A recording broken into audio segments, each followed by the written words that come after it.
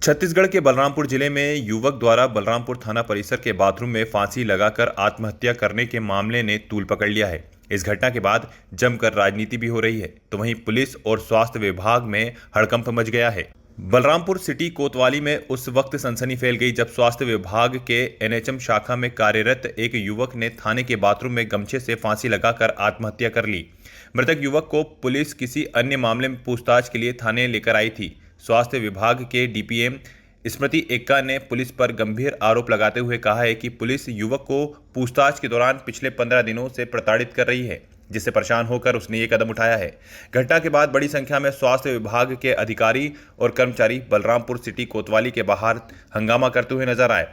चक्का जाम कर धरने पर बैठ गए, जिससे नेशनल हाईवे पर दोनों ओर गाड़ियों की लंबी लंबी लाइनें लग गई। यातायात बाधित हो गया। पुलिस की समझाइश के बाद इसे खत्म कराया गया। हम एनएचएम कर्मचारी हैं राष्ट्रीय स्वास्थ्य मिशन से। हमारे यहाँ पर एक गुरुचरण मंडल करके कार्य करते थे। उनका आज लगभग 3-3:30 बजे यहाँ पुलिस थाने के कस्टडी में ही मौत हो गई है और पूछने पे बताया जा रहा है कि उन्होंने पुलिस कस्टडी में वहाँ के बाथरूम में जा कर के अपने आप को फांसी लगा ली और अभी फ़िलहाल उनका शव हमारे डिस्ट्रिक्ट हॉस्पिटल में पोस्टमार्टम रूम में रखा हुआ है। तो हम यहाँ पर पुलिस थाने में इसलिए आए हैं कि हम ये जानना चाहते हैं कि अगर कोई भी व्यक्ति को पुलिस थाने पूछताछ के लिए बुलाया जा रहा है और वहाँ उसकी डेथ हो जाती है तो रिस्पॉन्सिबिलिटी किसकी है। और अभी हमने एएसपी से बात किया, उन्होंने हमें कोई जवाब नहीं दिया। हमने टीआई से बात किया, वहाँ से भी हमें कोई जवाब नहीं मिला कि यहाँ हुआ क्या। तो हम बस यही चाहते हैं कि यहाँ जो भी हुआ है ना, एक किसी की जान गई है तो बिल्कुल निष्पक्ष रूप से यहाँ जांच होनी चाहिए कि गलती किसकी है। अगर थाने में आके कोई सुसाइड कर सकता है तो क्या यहाँ पर जो भी सिक्योरिटी है उतनी अच्छी नहीं होती क्या?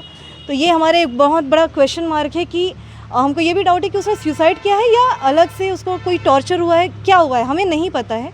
तो हम इसकी निष्पक्ष जाँच चाहते हैं कि जाँच हो और जो भी जिम्मेदार कर्मचारी अधिकारी हैं उन पर कार्रवाई हो। वजह क्या समझ में आ रहा है?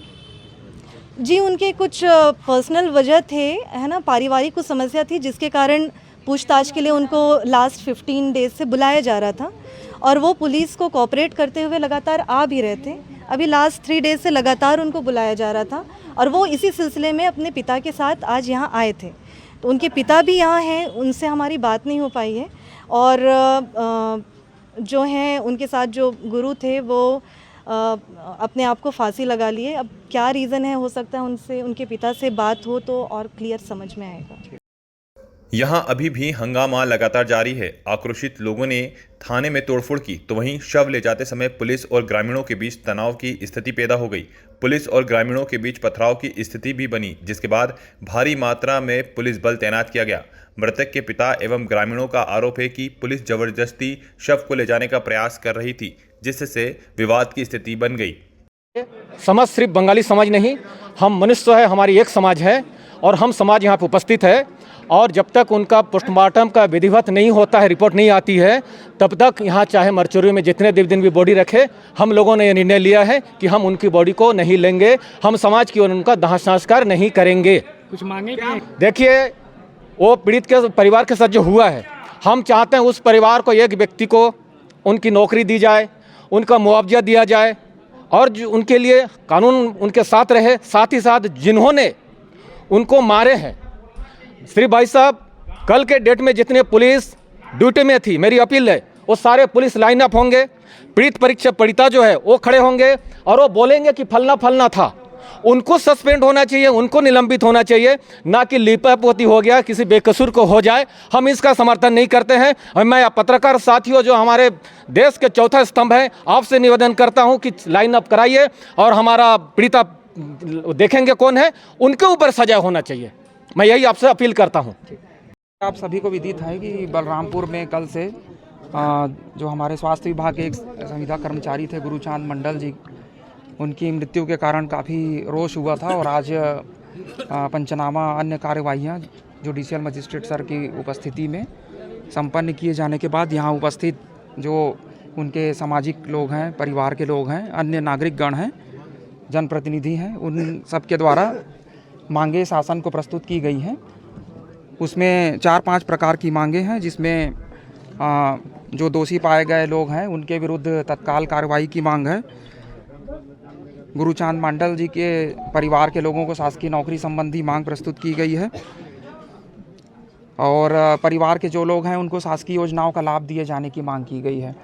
तो इसको मैं यहाँ लेने के लिए उपस्थित हुआ था। मैंने इन समाज के बुजुर्ग और अन्य वरिष्ठ लोगों से चर्चा भी की है और अभी शासन को तत्काल हम लोग इसको प्रेषित कर रहे हैं। सर 100 को एक सप्ताह न ले जाने की बात सामने आ रही है, क्या कुछ है? मेरा तो मैंने अभी अनुरोध किया है और पुनः मैं आप सभी के माध्यम से मैं अपील भी करना चाहूँगा, विनम्रतापूर्वक निवेदन भी करना चाहूँगा कि मृतक शरीर को हम लोगों को सही समय पे सद्गति देना समाज और परिवार की जिम्मेदारी है। तो मेरी अपील रहेगी कि हम उसको सही समय पे कर लें और जो भी मांगे हैं उनमें पूरी तत्परता से उसको और विचार करते हुए हम लोग उसको कन्वे करेंगे। कल 2 लोगों पे कार्रवाई हुई थी सर जी।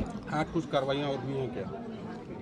नहीं, अभी तो मेरी नॉलेज में अभी और नहीं है, लेकिन ये मांगे मैं अभी प्रेषित कर रहा हूँ। उसके बाद जैसा भी इसमें प्रोग्रेस आएगा उससे अवगत कराएंगे। मामले में बलरामपुर पुलिस अधीक्षक डॉक्टर लाल उमेद सिंह ने कार्य में लापरवाही बरतने पर बलरामपुर थाना प्रभारी प्रमोद रूसिया और आरक्षक अजय यादव को लाइन अटैच कर दिया है। लोगों के आक्रोश को देखते हुए सरकार में कैबिनेट मंत्री रामविचार नेताम को भी आगे आना पड़ा और उन्होंने घटना की निंदा करते हुए कहा कि बलरामपुर थाने में गुरुचंद्र मंडल का फांसी लगाना संदेह की स्थिति निर्मित कर रहा है। उन्होंने आश्वासन दिया है कि सरकार इस घटना की निष्पक्ष जांच करेगी और दोषियों पर सख्त कार्रवाई करेगी। मेरे क्षेत्र के परिवारजनों, अत्यंत ही दुख का विषय है कि हम सभी के प्रिय गुरु मंडल का आकस्मिक निधन का समाचार हम सबको मिल रहा है और ये घटना का निश्चित ही सबके मन में ही है कि यह मृत्यु जो है संदेहास्पद है और इसलिए इसकी पूरी पारदर्शिता के साथ इसकी सही जांच हो और दोषियों के खिलाफ सख्त कार्रवाई हो। मैं आपसे यही आग्रह करना चाहूँगा कि इस जांच में आप पूरा सहयोग करें और पूरे शांति व्यवस्था बना के रखें, संयम से काम लें। कोई भी बड़ा से बड़ा भी कोई इसमें दोषी अधिकारी भी होगा तो उसे बख्शा नहीं जाएगा। हमने तत्काल इस बारे में पुलिस अधीक्षक से, वहाँ के कलेक्टर से हमने बात किया है और निर्देश भी दिया है कि जो दोषी अधिकारी जो थाना प्रभारी वहाँ का है उसे तत्काल उसे निलंबित किया जाए, जिससे कि जांच जो है सही हो सके। मैं पुनः आपसे यही आग्रह करना चाहूँगा कि अभी पूरा पीएम रिपोर्ट आने तक आप संयम बना के रखें, संयम बरतें और किसी भी प्रकार से कानून को अपने हाथ में ना लें।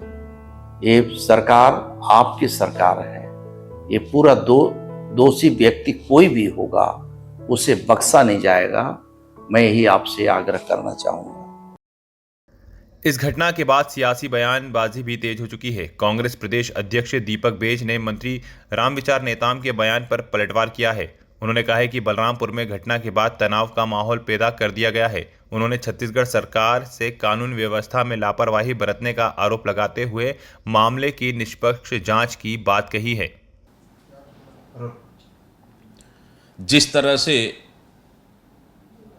भारतीय जनता पार्टी की सरकार में पूरी छत्तीसगढ़ जल रहा है, पहले बलौदाबाजार जला, फिर लोहारडी जला, फिर सूरजपुर जला और अब बलरामपुर जल रहा है। ये कहीं न कहीं सरकार की और प्रशासन की नाकामियों की वजह से इस तरह की घटनाएं घट रही है।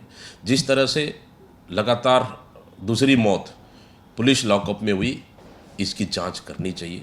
कहीं ये लोहारडी की घटना की तरह, प्रशांत साहू की घटना की तरह कहीं हत्या तो नहीं है, जो हत्या कर पुलिस द्वारा उसे आत्महत्या करार दिया जा रहा है। इस मसले को गंभीरता से लेना चाहिए और उच्च स्तरीय जांच करना चाहिए।